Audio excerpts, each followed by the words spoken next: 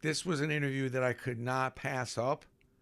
I've got a little history here. This magazine was gold to me. This was the gospel, like the Bible when I was a kid. Entrepreneur Magazine. I still love it, by the way, because the naivety, the oddball ideas. So I'm with Jeff Pfeiffer.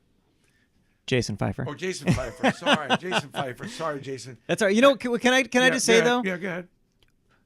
Everybody thinks that my name is Jeff. Why? It's the weirdest thing. Why do you think? I this is the question I almost want to ask you because you just made the mistake. I get emails every day from people addressing me as Jeff. LinkedIn. People somehow they type my name into LinkedIn. They find it. They connect with me. They send me a message. They address it as Jeff.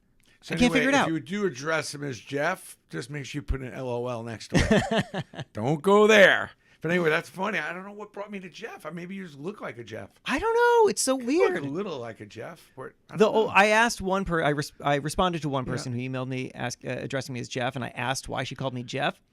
And she said she first thought that I was listed as Jeff, and then she went back and she realized I was not listed as Jeff. I was listed as Jason. But my email address, which is J Pfeiffer, looks kind of like Jeff, like JFE. She said she thought that's what did it.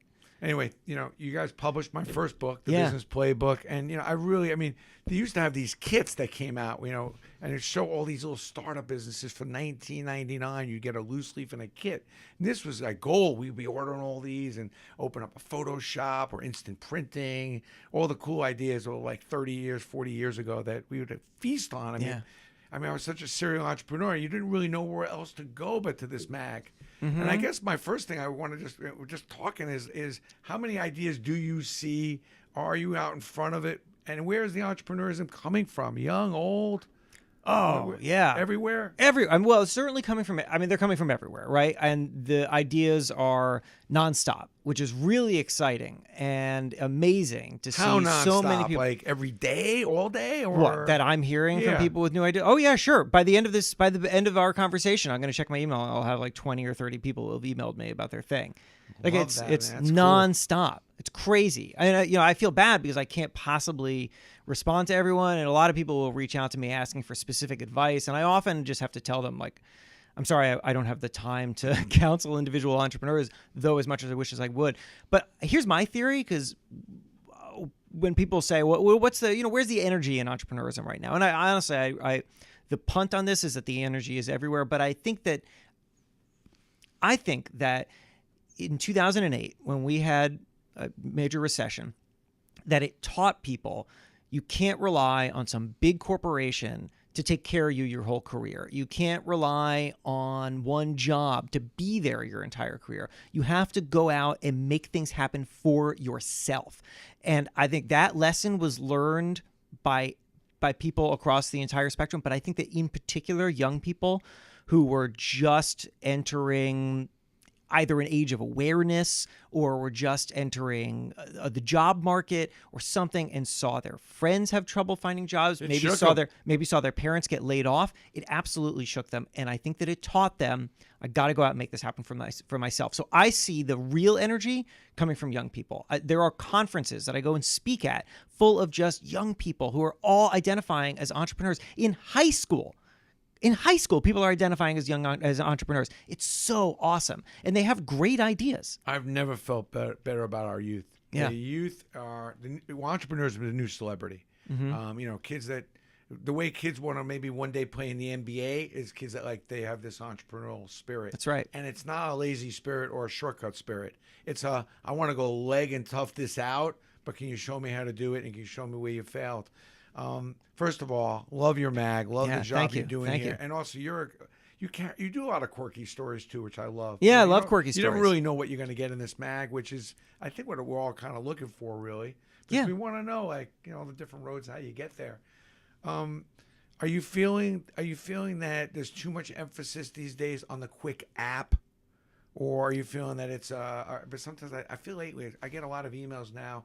If you're an entrepreneur out there, everybody's got I got this app idea. Yeah. And the app's almost like fool's gold. It's right. not easy to get an app going. No, it's not. In fact, if you look at the numbers right now, people don't use very many apps. They got a ton of apps on their phone and they use like 3 of them. They use email, Facebook, and Twitter or Snapchat or something. That's it. and they'll download some more apps every once in a while, but they'll rarely open it twice. I think that the app market is stalling out. It's a useful system. It's a useful platform, but I think that largely you can't go building companies on an app the way that you can. And I also hear very similar to that is lots of Me Too companies. So the amount of emails I get in my inbox that somebody describing themselves as the Uber of this or that, right? I mean, how many times do you see that? And I think that they fail to understand why, for example, Uber worked.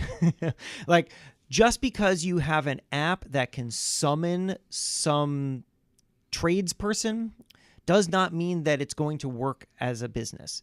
I think the major thing for that kind of company that I don't see people figuring out how to solve, disintermediation. Explain. So disintermediation means that you are being cut out, right? So let's say that I have an app. Let's say Handy. Handy, the cleaning company. Yeah. You know what Handy is? Yeah. So for viewers who don't, Handy is this company where you sign up for a membership and then it will send you a cleaner every week or every 2 weeks, come and clean your apartment. Okay. So the thing is, it's a different person who will come every time. Your relationship. My kids, if you're listening, Handy. I mean, I'm just saying, I may be visiting soon. Handy. Just clean up, or perhaps hire someone to clean up. So your relationship is with Handy, right? It's not with the cleaner. It's with the individual person. It's with Handy. But guess what? That person's going to come and they're going to clean your home and you're going to like them and they're going to give you their business card and they're going to say, why don't you just hire me directly?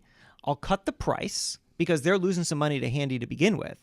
So I'll cut the price. You get a better deal. I get a better deal. We have a direct relationship. I say, okay. Now, guess what? Handy has been disintermediated. They have been cut out.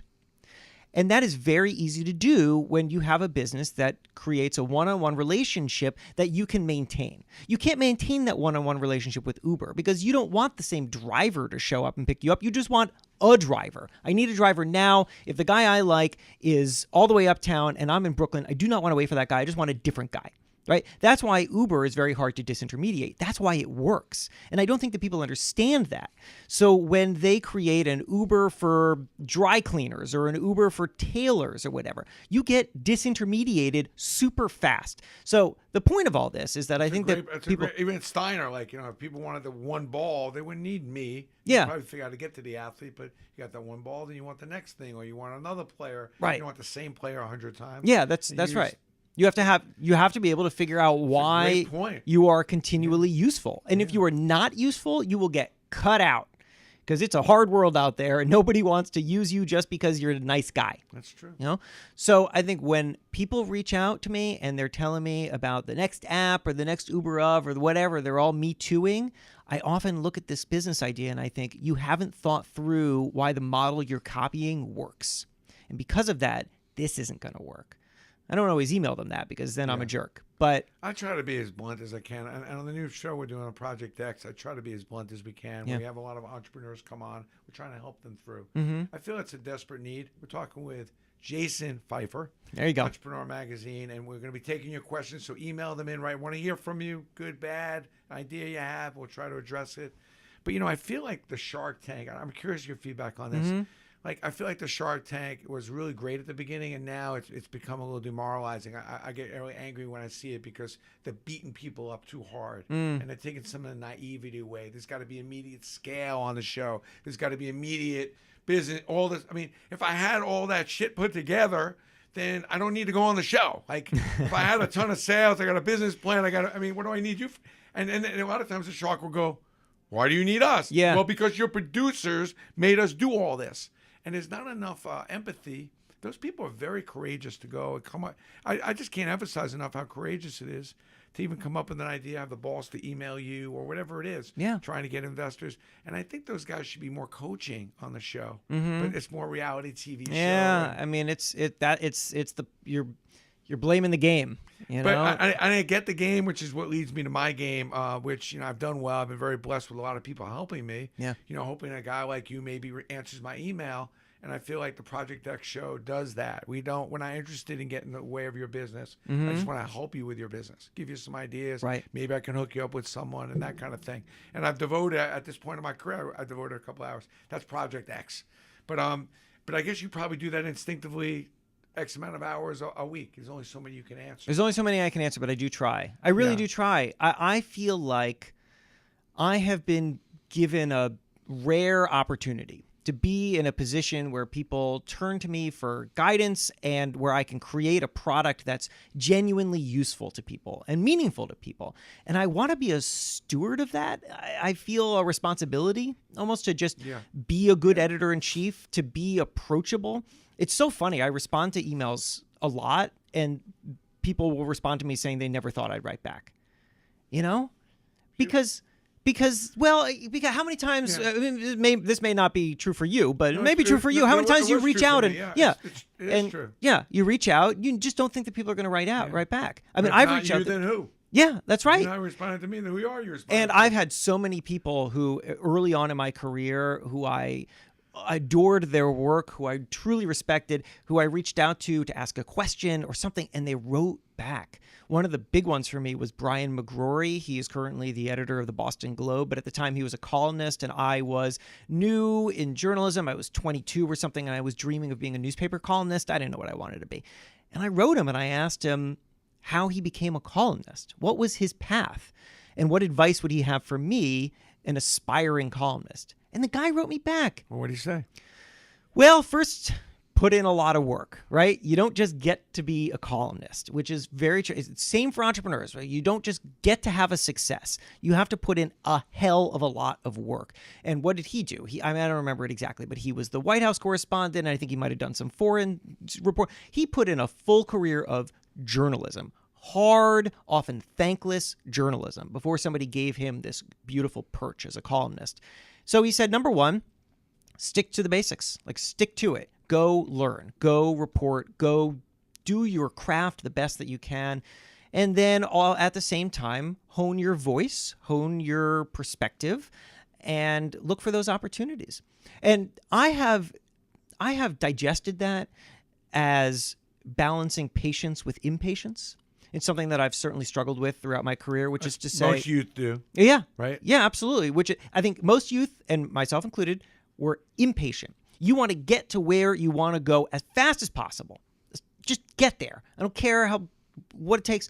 But the thing is, you have to also understand that it takes patience to get through the many, many baby steps to become good enough, prepared enough, to really succeed at the level that you want to be at. It's balancing. I think it's important to be impatient. It's important to know where you want to be and to want to go there as fast as possible. But you also have to have the patience to go through the very hard steps of getting there. That's so true. I mean, I gotta grab that, and that's right. I think there's what you think you want to do, and then there's what you do to ultimately do what you want to do. That cannot be a gap. Yeah. And a lot of people think that they want to be this, want to be that, but then what they do doesn't match up to what. Yeah, really that's takes. right. The most insufferable people. Problem, the most insufferable people in the world are people who think that they deserve to be here, even though they haven't taken the path yet. And they don't want to do the stuff that's needed or necessary, or even find out. No. And I always ask people when I go to schools, I'm like, "What do you want to do?" And they tell me, and I'm saying, "So you've reached out to the best people in the world that do what you want to do." Well, this lady, I was at Syracuse the other day, and I asked her, I said, "What do you want to do?" She said, "I want to be a Broadway producer." So I said, "You've called and emailed every Broadway producer that's alive and well and kicking, and try to meet with them and find out what it takes, so you can understand what's required while you're at school. You don't miss a thing." "Well, I've reached out to one." I'm like, "Why? You reached out to one. Why would you reach out to 100? Mm-hmm. What have you got to lose, right?" But if somebody's going to give you the road, you may not have to pave the road.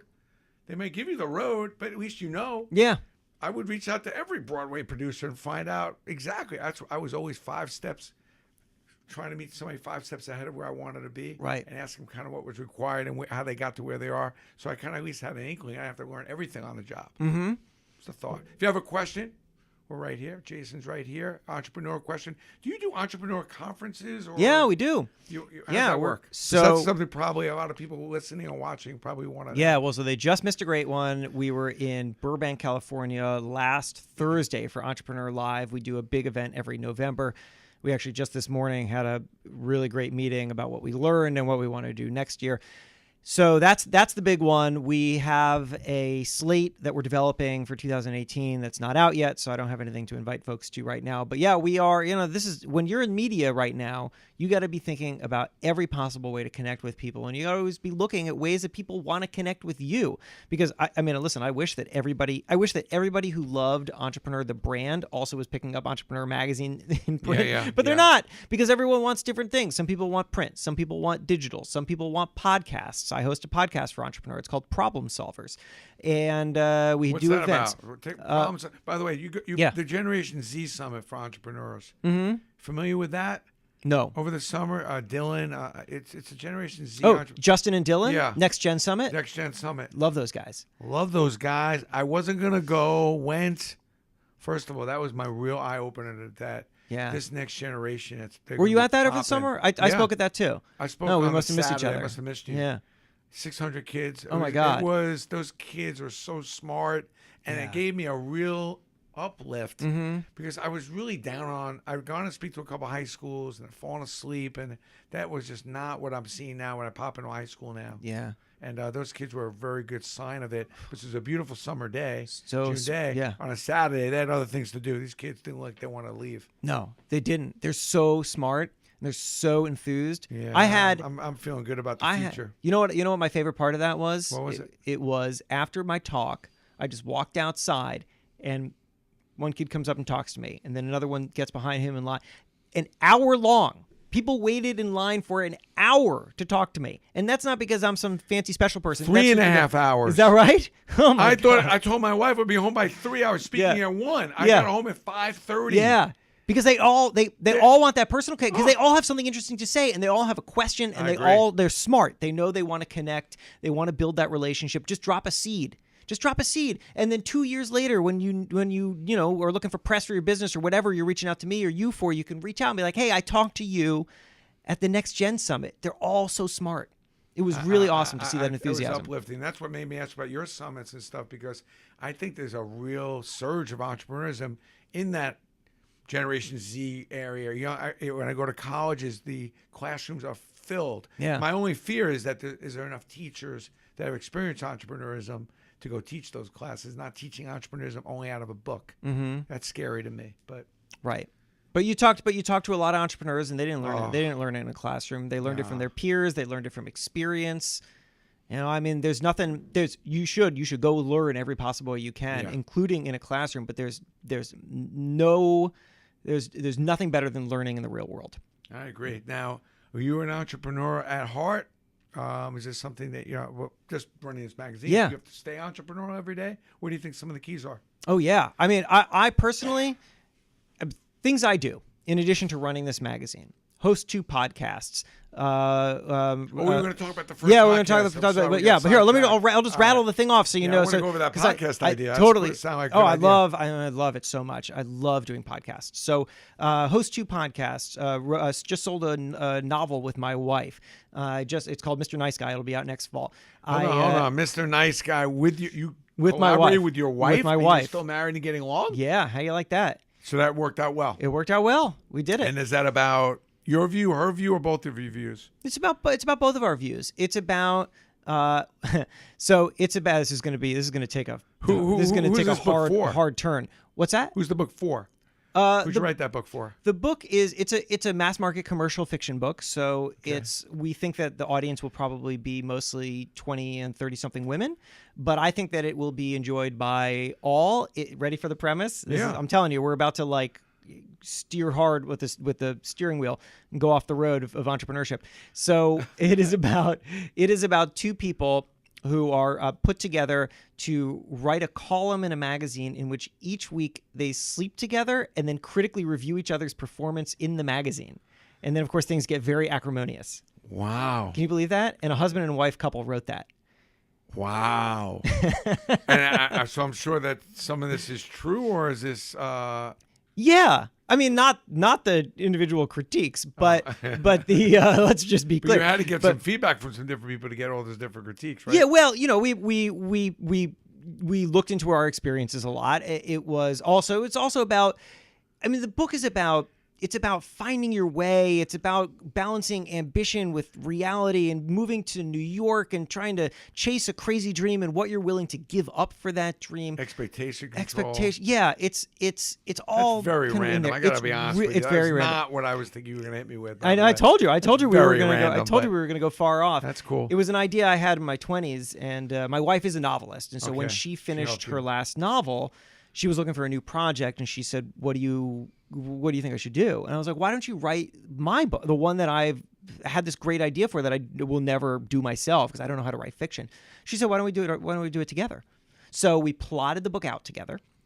She wrote most of the actual book. I wrote the columns, and I wrote a couple scenes, and then we edited each other's work. And then we sold it. We just sold it to St. Martin's Press, and it's exciting. We sold the 3 foreign rights. We're working on the TV rights right now, and It could be a hit. Could be a hit. I could see that as a TV show. Yeah. I'm looking forward to that. Mr. Nice Guy. Mr. Nice Guy. And what was the pod? What pod? Oh yeah. do you do? So I got 2 podcasts. They're Two. called 2. And where do they live? They live wherever you get podcasts: iTunes, Google iTunes, Play, okay. Stitcher. Yeah. Okay, so the one for entrepreneur is called Problem Solvers. Each episode, we look at how an entrepreneur solved an unexpected problem in their business. It is produced radio style. Each is about 15 minutes long. I'm the narrator, and then I bring in audio from somebody I interviewed, and I tell the story and kind of try to break down what they did and why it was smart. And then there's Pessimist's Archive, which is a history of unfounded fears of innovation. So in each episode, we look at the moment that a new piece of technology or innovation was introduced and try to understand why it freaked everybody out. So for example, the Walkman, recorded music, the car, the umbrella. The new episode we're about to release is about chess. People have been trying to ban... No, sorry, chess we just did is about coffee. People have been trying to ban coffee for 500 years. And the point that I want to make with this show is that we repeat our fears across time. We say the same things, we fear the same things over and over and over again. Why? We just don't have the institutional memory to remember it. Okay. That's why, right? Why do we do it? Because we're afraid of change. Because we think that the way that we grew up is the only way, is the only safe way. It isn't. It's Being a Brooklyn guy, I mean, Yeah. is there any? Well, my kids would love that. Yeah, Would so love it. be- But they're always like, Dad, Yeah. 40 years ago that may have worked. Right, but now it doesn't. And you know what?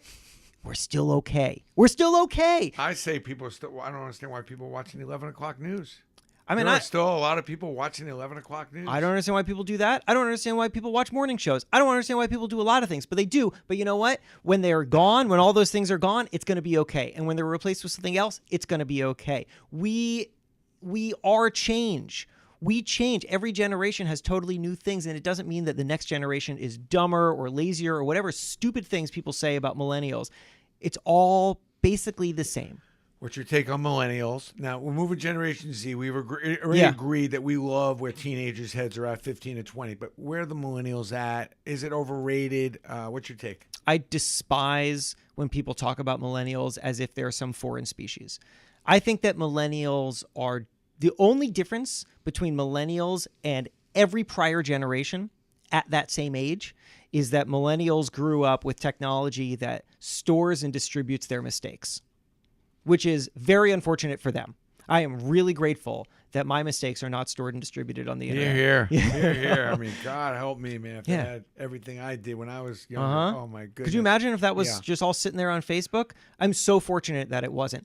But that's the only difference. Otherwise, all this nonsense about like millennials are lazy and that everybody gets a participation trophy and blah, blah, that is BS. I truly, truly believe that millennials are no different than any other generation. Everybody makes mistakes at that age. Some people are not as focused. Some people are more focused. You're going to get a mix. But to say that somehow we as people are degrading as time goes on, that we produce lesser versions of ourselves as we move forward, that is stupid.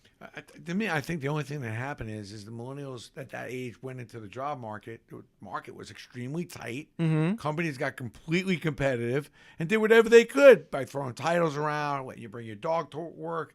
All that stuff was entering into the market because companies were doing everything they could to find employees and keep them. Yeah.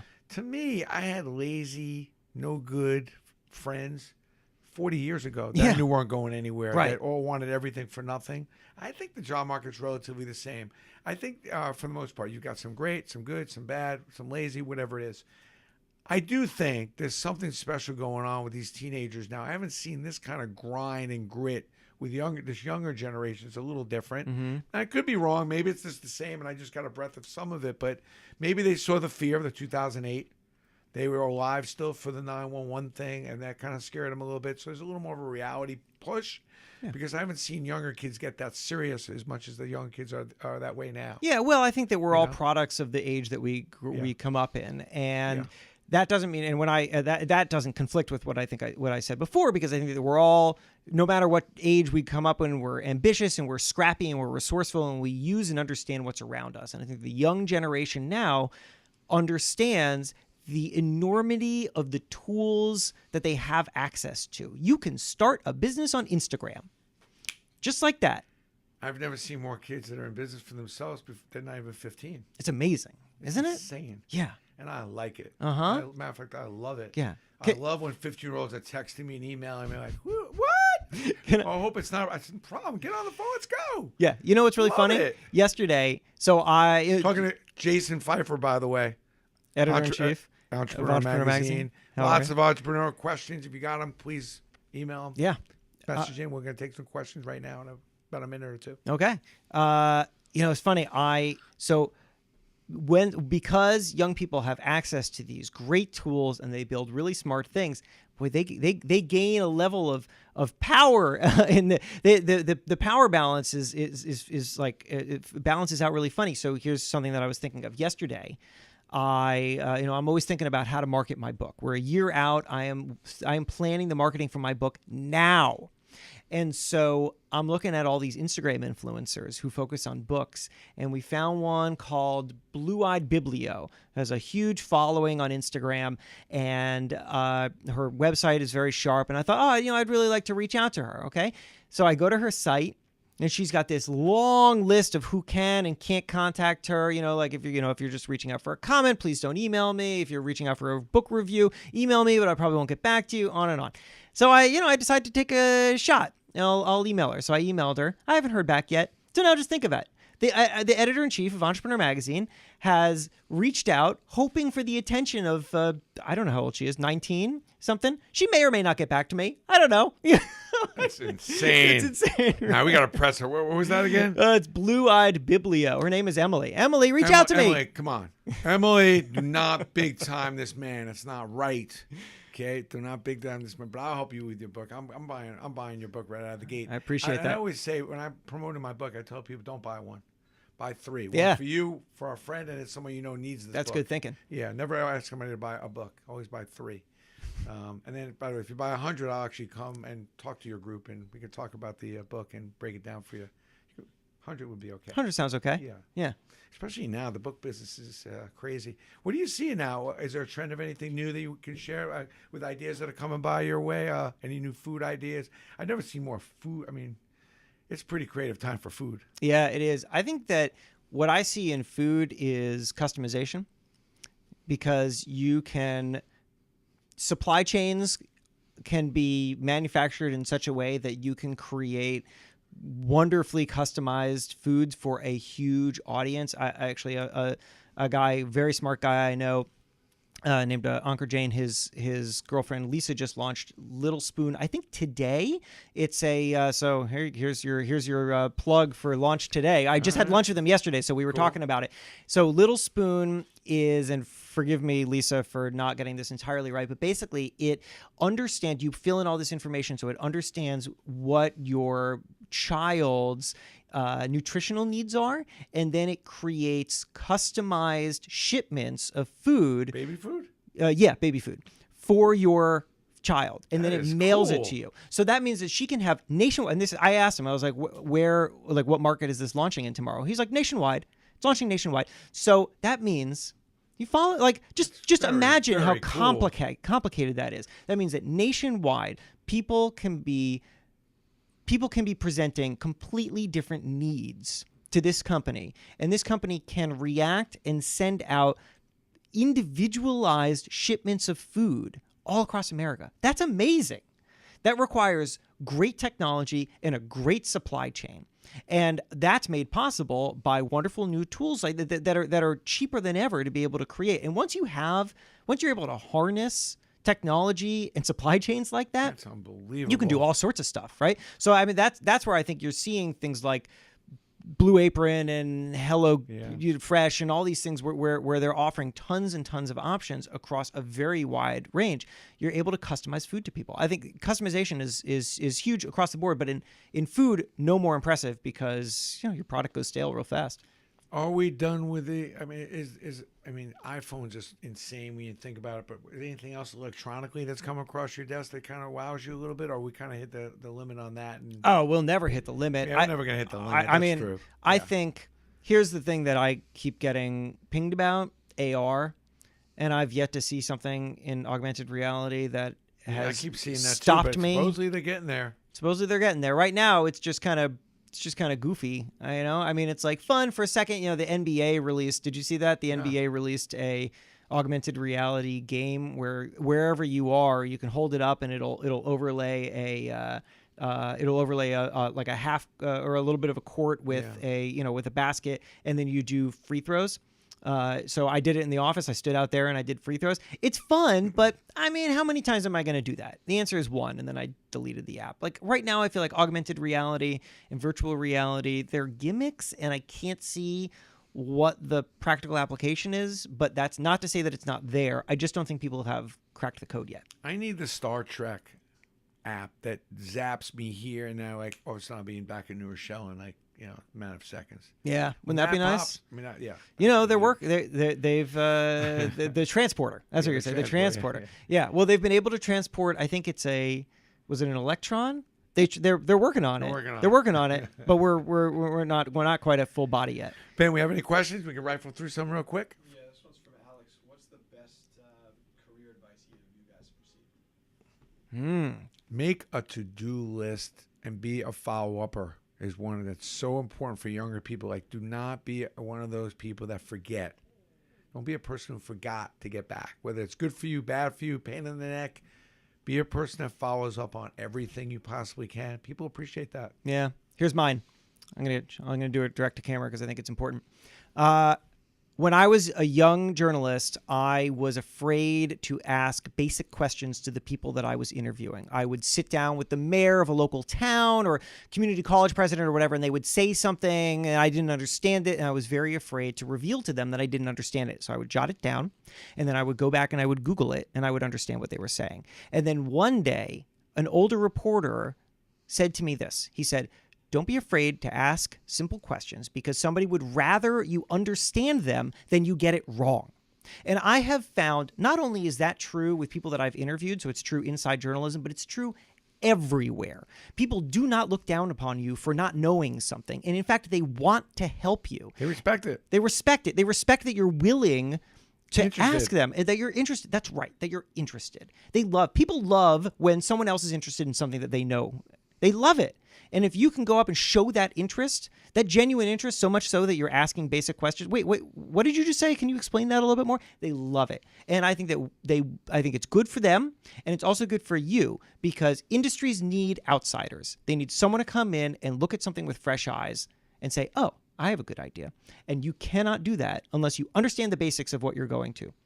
That's spot on. Love that. That's a good one. Love it. It's so true. And I think it also shows that you're really interested in what I'm saying, and because you want to get more out of it, and you want to clear it up. Yeah, which is ultimately what you're trying to do as a journalist, but also in business too. When you how many times you're talking to a client, you don't really understand what he's saying, but you got the head dog and he's rambling on, and stop him and say, "Can you elaborate a little more on that? I want to make sure that I got it right." Mm-hmm. It doesn't make you look bad. Actually, it's flattering. Frankly. Yeah. A couple more, Ben. Yeah, this is from John. Where do you see the biggest opportunity? I guess probably industry is probably where he's going with that question. But boy, the biggest opportunity. Well, I've got Ankur on my mind, who I was just talking about a minute ago. So Ankur runs the Kairos Society, which is it's an investment fund, it's an incubator, and his whole perspective, which I really believe in, is that too many of the best and brightest minds right now have run to Silicon Valley and are making Me Too companies that make life incrementally more convenient for people. And that the real opportunities are sitting around in less sexy industries that are just waiting for a smart person to come along and say, I know how to do that better. Healthcare, transportation, government services, not sexy stuff, but stuff that is necessary, that is in need of innovation. And so his thing is really pushing people to think about those spaces and to innovate in those spaces. And I pass that along to everyone else. I think that look around where other people aren't and then go there. I'm a big fan of that. I was just going to say, like, I did a talk for a taxi and limousine commission, and they were all freaked out with Uber and Lyft. I'm like, no, you should be ecstatic because you guys are really good at it. They've created scale. They've opened up the floodgates and got everybody thinking about taking a taxi and a limo versus using their own car and everything else. Yeah. They made the business bigger, but you're the best at it. Your part of the pie just got bigger. You're always going to go with the best. I'm going to go with a local car service. I think also you cannot ever negate the professional status of, if you have that kind of wherewithal, never veer away from it.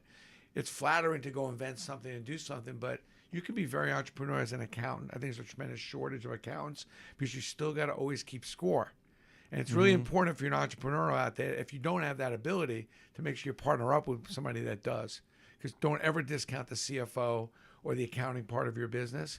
And that's straightforward and it's hardcore business. May not be the sexiest, but you got to have a little entrepreneur spirit with your accounting degree. I happen to have an accounting degree. My wife's a CPA, and I don't know if we could have done it without it. Yeah, I think that's good. Yeah. Good perspective. A couple other bit? Yeah, this is from Steve. What's the best story that you've, not best story, but favorite story that you've written, or most exciting project you worked on? Oh man, I got so many. So many. So the question was, what's the my best favorite story? What's the best story? And I love this magazine because on any given month, depending where your head's at, could be your favorite story, and that's why it's so random. Yeah.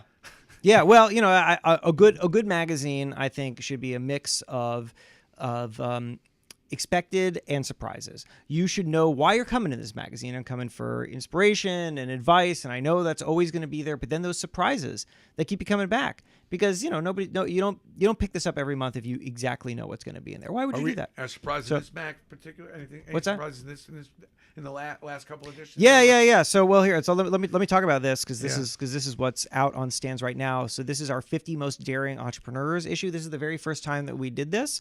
It's going to be an annual list now. Obviously, Jeff Bezos is right there on the cover, and the reason that we did this is Did you because get to I interview think. Jeff? No, actually, unfortunately, he Or turned us anybody? down. I'm sure. So not what we easy. did, So what we did is I hired a reporter to go talk to lots of entrepreneurs Okay. who started companies who used to work for Jeff. Okay, So we learned what they learned from him that they built into their businesses, and because this is a smart guy, obviously. But the thing I love most about how Jeff Bezos thinks is that he does stuff that the rest of the world says, that is insane. I don't understand that. Why are you doing that? But he sees it. What else did you find out about him that was interesting? I think everybody's really intrigued with Amazon. I mean, I really do. I mean, it is the buzz. I don't remember going out for dinner and not talking about Amazon. Yeah. Right? Well, Amazon says, and when I heard this over the years before I was ever a business reporter and looking into this, I was like, that's just talk, which is, Amazon always talks about how customer focused it is, how it is customer first on everything. It's written all over the walls. I was It's just in yeah. Seattle a couple weeks ago. It's everywhere. Their It's mantra, and they're yeah. living and they're dying with Right. it. And you You're think gonna stick with it. like, everybody says they're customer focused, but no, they really. So one of the stories that we have in there is from this person. I'm blanking on who it was overseeing Gonna have something. to pick up the magazine. Yeah, to and see who find it out was. it is. I know, And that's right. No That's crime. right. That's My a newsstand. You find them on a corner. Just for some of you out there that don't really familiar with that, Yeah. you can still buy a magazine. Or pick this up Airports, online. train stations, It's bookstores. okay to buy a mag. Nobody's gonna laugh at you. It's okay. You look smart. You look smart on the subway. So this person was overseeing a warehouse and fulfillment, and something went wrong. There was some decision that they did and so customers weren't getting their things. And person went to Jeff And Jeff said, number one, I don't care what it costs, make it right for every customer. And then we'll figure out what went wrong and how to fix it. But I don't even want to talk about that until every customer gets their product. I do not care what it costs. Now that is putting the customer first, right? Because, yeah, fine, you can fix the problem so that future customers don't run into it, but you have to treat every customer like they're really valuable. Because if you fixed it for all those customers, they're going to come back. They're going to be repeat customers. And if you didn't, you're going to lose them. And yeah, again, we're only talking about a small subset. And the message to your staff. And the message to your staff. That's and the absolutely company right. doesn't match up to the walk and the talk. That's right. But I've been wondering, we did a thing on this the other day with Shep Hyken, who's a customer service guru, loves Shep, really masterful about customer service. Does customer service still matter? Because there's so many companies you can't talk to anybody. Yeah. And yet there are a company like Amazon that's so customer centric, and even Starbucks too, customer centric. There are some great companies out there. What's your feeling on that? Is customer service dying, or is it more important now than ever? Oh, it's absolutely more important now than ever. I think it's harder now because you're dealing with small company. You can be a small company and have enormous scale.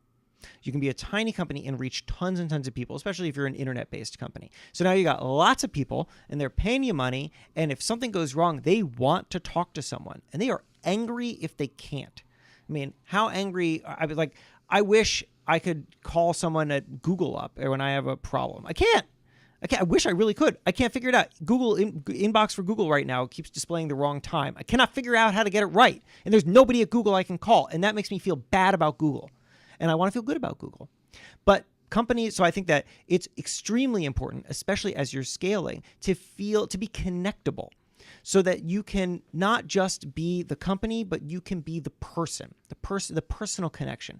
I am trying, there's an advertiser on my podcast. God, it's embarrassing that I can't remember. But anyway, but they have a customer service system that runs like this.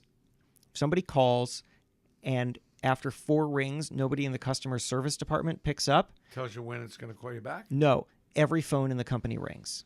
Love it. Every phone. Because everybody at the company has been trained in customer service. So if the customer service people can't get you, somebody else will. That's putting the customer first. Love that. Mm-hmm. Love that.